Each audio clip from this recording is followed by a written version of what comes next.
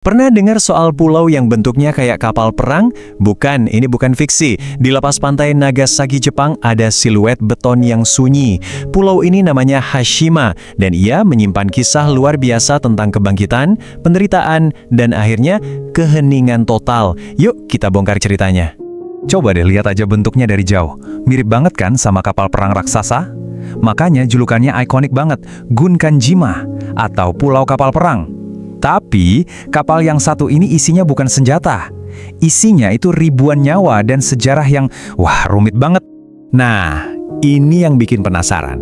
Gimana ceritanya tempat yang pernah jadi salah satu yang paling padat di dunia, tiba-tiba kosong melompong, jadi kota hantu. Kayak dalam sekejap mata gitu. Apa sih yang sebenarnya terjadi di sana? Oke, ayo kita cari tahu bareng-bareng. Oke, sebelum kita ngomongin kenapa pulau ini jadi angker, kita harus mundur dulu. Mundur ke masa jayanya. Karena jauh sebelum jadi puing-puing sepi, Hashima ini dulunya adalah bintangnya revolusi industri Jepang. Jadi, semua ini dimulai gara-gara batu bara. Mitsubishi nemuin harta karun hitam di bawah laut, dan mereka nekat. Mereka ubah karang kosong ini jadi pusat tambang raksasa. Bener-bener bangun kota dari nol di tengah laut.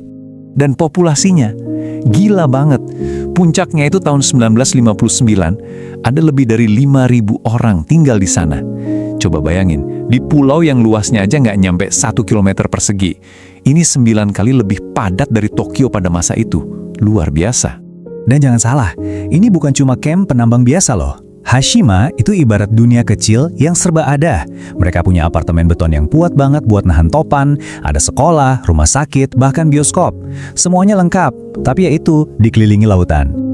Tapi, di balik semua kemajuan yang kelihatannya keren ini, ada cerita yang jauh lebih gelap. Sebuah rahasia yang terkubur ratusan meter di bawah sana, di bawah ombak. Nah, disinilah Hashima punya dua muka. Buat dunia luar, pulau ini simbol kemajuan Jepang. Keren. Tapi buat banyak orang yang tinggal di dalamnya, ini adalah penjara di bawah laut. Waktu Perang Dunia Kedua, ribuan pekerja paksa dari Korea dan Tiongkok itu diseret ke pulau ini. Mereka dipaksa masuk ke terowongan-terowongan panas dan sempit di bawah laut, kerja sampai mati-matian dengan makanan yang hampir nggak ada. Kebayangkan? Itu benar-benar mimpi buruk yang jadi kenyataan. Satu kalimat ini udah ngejelasin semuanya. Buat mereka, Hashima itu sama sekali bukan soal kemajuan. Pulau itu adalah kamp kerja paksa di tengah laut, tempat di mana harapan mereka hancur lebur. Ini sisi gelap Hashima yang nggak boleh dan nggak akan pernah kita lupakan. Setelah puluhan tahun berjaya, akhirnya roda berputar. Era emas Hashima ini selesai, dan selesainya itu cepet banget. Jadi gini, tahun 1959, pulau ini lagi di puncak-puncaknya, rame banget. Tapi masuk tahun 60-an, tren energi dunia berubah. Jepang mulai beralih ke minyak bumi, dan batu bara mulai ditinggalkan. Gak butuh waktu lama, cuma 15 tahun kemudian, tepatnya tahun 1974, tambangnya resmi ditutup. Semua penghuni disuruh pergi, semuanya. Dan waktu mereka pergi, mereka benar-benar ninggalin semuanya begitu aja. Apartemen seolah membeku oleh waktu. Perabotan masih di tempatnya, bahkan coretan terakhir di papan tulis sekolah masih ada. Bayangin, pulau yang tadinya penuh suara, sekarang isinya cuma desingan angin di antara gedung-gedung kosong. Puluhan tahun dilupakan, dibiarin hancur sama alam, tiba-tiba Hashima muncul lagi, jadi sorotan dunia. Tapi kemunculannya ini bukannya disambut baik, malah bikin heboh dan memicu perdebatan yang panas banget. Jadi, di tahun 2009, sebagian kecil pulau ini mulai dibuka buat turis. Gerbang ke kota hantu ini akhirnya kebuka sedikit. Terus puncaknya, tahun 2015, UNESCO ngasih status situs warisan dunia. Sebuah pengakuan yang, jujur, bikin banyak orang kaget.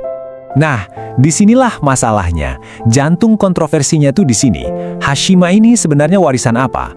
Apakah ini warisan kemajuan industri yang harus kita banggakan? Atau ini monumen penderitaan manusia yang harusnya jadi pengingat kelam? Keputusan UNESCO itu jadi kontroversial banget, karena dianggap kayak nutup mata sama sejarah kerja paksa yang brutal di sana. Pada akhirnya ya, Hashima itu emang kayak dua sisi mata uang. Pulau ini jadi saksi bisu kehebatan manusia yang bisa bangun kota di tengah laut, tapi di saat yang sama, dia juga jadi nisan buat kemanusiaan yang dikorbankan demi yang namanya kemajuan. Dan mungkin inilah pelajaran paling penting dari Hashima. Pulau ini bukan cuma soal cerita hantu yang serem. Ini cermin buat kita semua.